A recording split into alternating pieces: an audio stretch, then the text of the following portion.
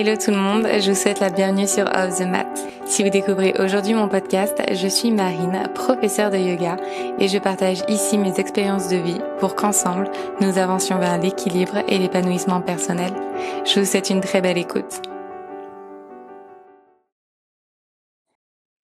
Il y a plusieurs semaines de cela, une amie m'a écrit parce qu'elle souhaitait connaître mon point de vue sur une situation bien particulière. Une fois son histoire racontée, elle termina avec une question, celle à laquelle elle ne trouvait pour le moment pas de réponse. Non pas que je prétende disposer des réponses à ces questions, ni même rarement aux miennes d'ailleurs, mais je crois que l'échange, comme base d'autoréflexion, est clairement la clé pour trouver seule ses propres réponses. Je crois d'ailleurs aussi que ce podcast, c'est à la fois ma base d'autoréflexion, mais aussi la vôtre. Lorsque tu te sens pleinement ancré, mais que le monde autour de toi ne l'est pas, comment parviens-tu à ne pas te laisser affecter? Comment parviens-tu à préserver ton silence intérieur lorsque le monde extérieur est aussi brillant? À cette question, je lui ai dans un premier temps répondu: comment peux-tu me confirmer que tu es véritablement ancré si tu me dis actuellement être en train de perdre pied? Si un arbre est fermement enraciné, aucun vent trop fort, aucune tempête trop tumultueuse ne pourra venir le sortir de sa terre. Si tes racines sont fermement connectées et rattachées à cette terre, alors cet ancrage que tu cultives chaque jour t'offrira naturellement les outils dont tu as besoin pour ne jamais perdre cet ancrage. Ces outils, ce sont le détachement et le lâcher-prise. C'est seulement en détachant ton ego, donc ton jeu, que tu parviendras à ne plus te laisser atteindre par ces forces extérieures qui, inlassablement, tenteront de faire perdre pied. Plus tu es quelqu'un avec une grande sensibilité, plus ta nature est celle d'être tournée vers les autres. Plus tu auras tendance à prendre les mots, les paroles, les actes blessants d'autrui personnellement. Souvent, nous pensons avoir trouvé cette parfaite harmonie intérieure. Mais nous posons-nous finalement la question de la réalité de ce sentiment, qui est par définition subjectif? Après tout, comment pouvons-nous juger de quelque chose que nous n'avons potentiellement jamais expérimenté? J'aime utiliser l'exemple de l'amour pour développer ce sujet parce que moi-même, c'est une question que je me pose régulièrement et que je pose régulièrement à mes amis lorsque le sujet revient sur la table. Comment est-ce que je peux savoir que j'éprouve pour cette personne de l'amour si je ne l'ai finalement jamais expérimenté? Ou du moins si je ne sais pas que je l'ai expérimenté? Je peux certifier que, relativement à la haine par exemple, je vis une expérience qui est plaisante, nouvelle, intense, excitante. Mais est-ce que c'est de l'amour? Le même principe s'applique finalement à celui de l'ancrage et de l'alignement intérieur. Il faut un jour l'atteindre une bonne fois pour toutes, pour finalement conclure que, hier encore, alors que tu pensais être ancré et en paix, tu ne l'étais finalement pas du tout. Pendant des années, on peut vivre dans cette illusion, finalement dans une réalité qui est la nôtre. On se complaît dans un cocon que nous connaissons, celui où le risque n'existe pas. Il est totalement nécessaire d'expérimenter l'un pour construire solidement l'autre. Il est nécessaire d'éprouver la haine ou le dégoût pour se rendre compte de ce que c'est que d'aimer. Il est nécessaire de se sentir rejeté pour comprendre ce que c'est que d'être soutenu, entouré et aimé. Et il est nécessaire d'être bousculé hors de sa bulle de calme pour en définir les critères. Et vivre l'inconfort me permet de reconnaître le confort, puis de le cultiver pour le construire et ainsi y trouver mon propre ancrage.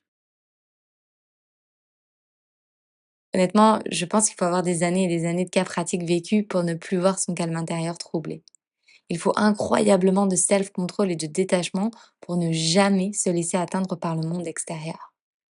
Nous débutons tous naïvement avec des maigres racines, pensant qu'elles suffiront à nous faire affronter les tumultes de la vie. Puis l'expérience des vents bleus aux vagues déferlantes nous prouve que ces racines étaient finalement un peu trop optimistes et fragiles. Alors, de ces tentatives vaines, nous nous relevons et renforçons ces fondations pour les rendre à chaque fois bien plus résistantes aux orages de la vie. Jusqu'à ce qu'un jour, ce qui nous paraissait il y a quelque temps complètement insurmontable, se transforme en un doux clapotis à peine perceptible. Si tu veux devenir plus forte, accepte alors de te sentir faible. Embrasser sa vulnérabilité, l'accepter et l'assumer sont ô combien nécessaires pour poursuivre son apprentissage. La vulnérabilité n'est pas une faiblesse, La reconnaître n'est pas une honte. La vulnérabilité est humaine. La reconnaître, c'est assumer avec humilité qu'un long chemin d'enseignement est encore à parcourir pour faire grandir sa connaissance et a fortiori sa force. Si tu veux devenir plus forte, accepte d'être élève. Alors humblement, je lui ai répondu que parfois, la force extérieure était bien trop forte pour qu'elle nous glisse simplement dessus. Je lui ai répondu que c'était ok de ne pas arriver à tout porter sur ses épaules, parce que finalement, elle n'a jamais été conçue par la vie pour porter le poids des autres sur ses épaules. Je lui ai répondu que parfois, ce n'était pas son monde intérieur qu'elle devait essayer de changer, mais plutôt les éléments qui constituaient son monde extérieur présent.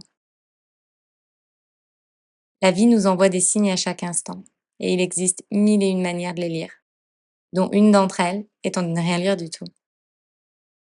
Tu décides de lire ce que tu souhaites lire. Et si tu notes quelque chose, peu importe l'interprétation que tu en feras, elle sera forcément biaisée par ton intuition si tu t'offres le droit de croire en toi et en cette voix intérieure qui te parle. Je crois profondément que les messages que nous lisons sont ceux vers lesquels notre intuition souhaite nous guider. Si tu souhaites y voir une fleur, alors c'est une fleur. Si tu souhaites y voir de la noirceur, alors c'est potentiellement que ce chemin n'est pas le tien. Si tu souhaites y voir de la lumière, alors c'est probablement que c'est là-bas que tu souhaites naturellement te diriger. Si tu te sens épuisé mais que tu ne te laisses pas trop poser par culpabilité, un jour ou l'autre, tout ton monde autour de toi te criera danger. Si tu écoutes attentivement, alors tu sauras exactement ce dont tu as besoin pour ne pas te laisser affecter par les émotions et énergies des autres. Maintenir le calme à l'intérieur lorsque l'extérieur est incroyablement bruyant est complètement possible. Si tu sais définir les lignes de ce bruit, définir les lignes de ce calme et te détacher personnellement de l'extérieur pour t'incarner dans ton intérieur.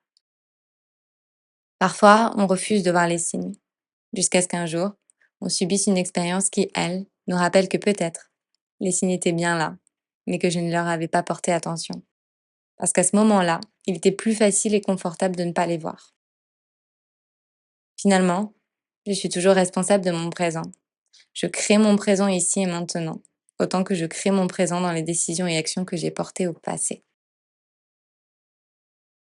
Je ne crois pas que ce soit autocentré ou égoïste que de se choisir soi. Au contraire, qui d'autre que toi prendra soin de toi? Lorsque le brouhaha extérieur me semble bien trop fort, ma réponse est le recul physique. Clairement, je vais m'isoler dans ma bulle. Je coupe du monde, parce que c'est dans cet espace et ce silence que je peux à nouveau réentendre ma voix intérieure et éveiller ma propre clarté. Je lâche prise et tandis que je réaligne mes pensées, mots et actions, je retrouve un sentiment d'ancrage. Je pose consciemment le brouhaha du monde extérieur en me reconnectant essentiellement au bruit de mon monde intérieur. J'espère que ces mots résonneront en vous et qu'ils vous inspireront dans votre chemin de vie. Si cet épisode vous a plu, n'hésitez pas à écouter le reste de la playlist et à rejoindre dès aujourd'hui Luna, une communauté bienveillante que j'ai à cœur de guider chaque semaine vers le bien-être et la pensée positive au travers de mots doux inspirants. Encore merci pour votre écoute et je vous dis à très vite.